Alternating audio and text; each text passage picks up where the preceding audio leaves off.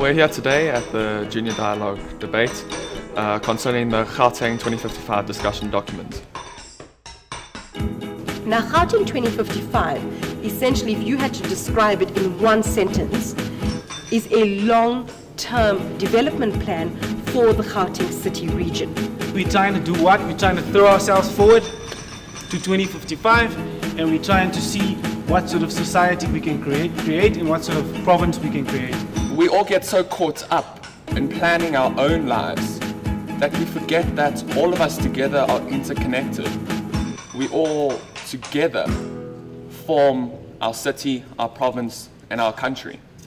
And therefore, this is very important that all of us together, besides planning our own futures, need to plan our collective futures. Gauteng has always been seen as the province or the place of gold. But gold is running out. What do we do when that natural resource runs out? If you don't take a stand for yourself and for your life, who do you expect to do it? That is why we are looking at a long-term development plan for the Gauteng city region and not just for Gauteng, the province. I think most of you are hoping at 60 to have achieved a lot of your goals.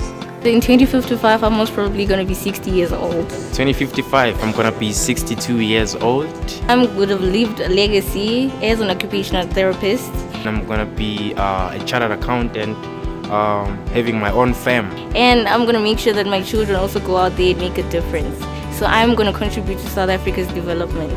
Planning helps us to put logistics together in terms of financial resources, natural resources, and human resources into perspective, and this is what G2055 is all about.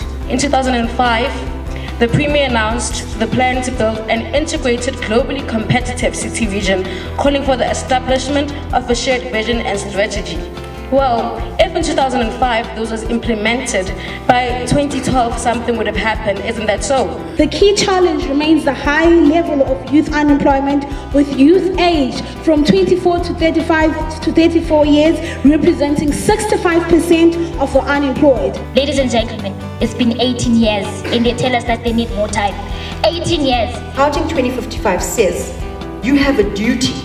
You have individual and collective responsibility to ensure that you lend your voice to Gauteng 2055. In Gauteng, not many people want to be writers, so I'm taking the challenge to open up a writers' club. 2 years later, initiatives such as the NYDA, which is the National Youth Development Agency, has managed to decrease this rate from 65% to 59.3%, which is a 6% decrease, ladies and gentlemen. Corruption and the abuse of entrusted power for private benefit is a practice that many South Africans continue to associate with. It is this kind of economic inequality that will hinder this Gauteng provincial government from delivering services more efficient for all in the next 10 years to come. Around 84% of people have highlighted corruption as the main threat to our democracy.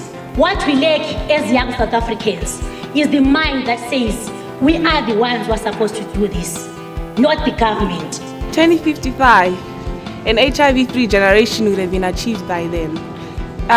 Drugs for HIV and AIDS will be issued over the counter, and I will be an old lady using a flying car.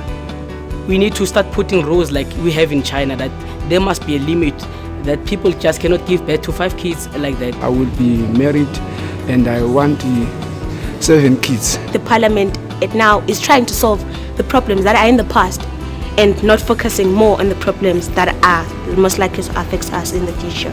Today, I'm in government. I must give sanitation in Alexander. Ne?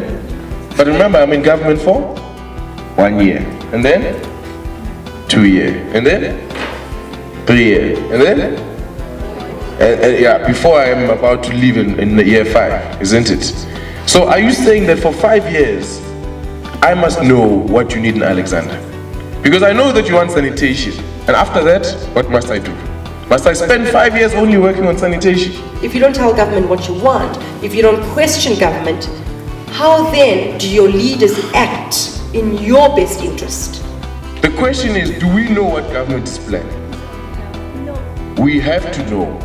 The first step, listen to me, the first step to making sure that democracy works is we must be informed. Just imagine massive shuttle trains linking Gauteng to the main export hubs in Durban. How much economic growth and world-class infrastructure will it bring? 2055 is a long way to go, but really, what have we achieved now? What accomplishments can we say that we've done? No questions asked. Let's take, for instance, apartheid era. It never ended overnight. But because they had a vision, and because they knew where they were going, and because they supported each other, look at where we are today. We are free and we can walk anywhere we want to. I think Parliament in 2055 will be quite different because there'll be the younger generation, people like us, who aim to actually develop this country and who are passionate about the law, who want to make and prove that justice can make a difference in South Africa. All as young people are asking is that those people who are at the top level, the ministers, the governors, the mayors, they have to remember one thing, that the reason why they are there on top is because of the majority of the people that voted for them to be there. In the first debate of Basa Tutorial versus JPI, the winner on 588 points, JPI.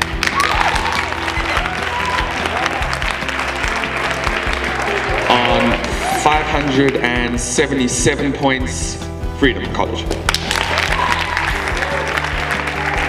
Providence versus New Model. On 519 points, New Model. What does it take to make a difference? One person. One person. Mandela, Muhammad Ali, Gandhi, Mark Zuckerberg of Facebook, Apple. All those as one person that started this. One person with a vision, one person with a dream, one person with the discipline to get it done. We're here to start the conversation, but the conversation must not end here. The conversation must continue tomorrow and next year and the years after, so that we can hold government accountable for our future. We can work together in partnership with our leaders to say, as a responsible, engaged society, we want to become a part of the future. We want to design our future so that together with government, we're able to realize that future. You can change the world, you can change this province, you can make a difference, you can touch people's lives.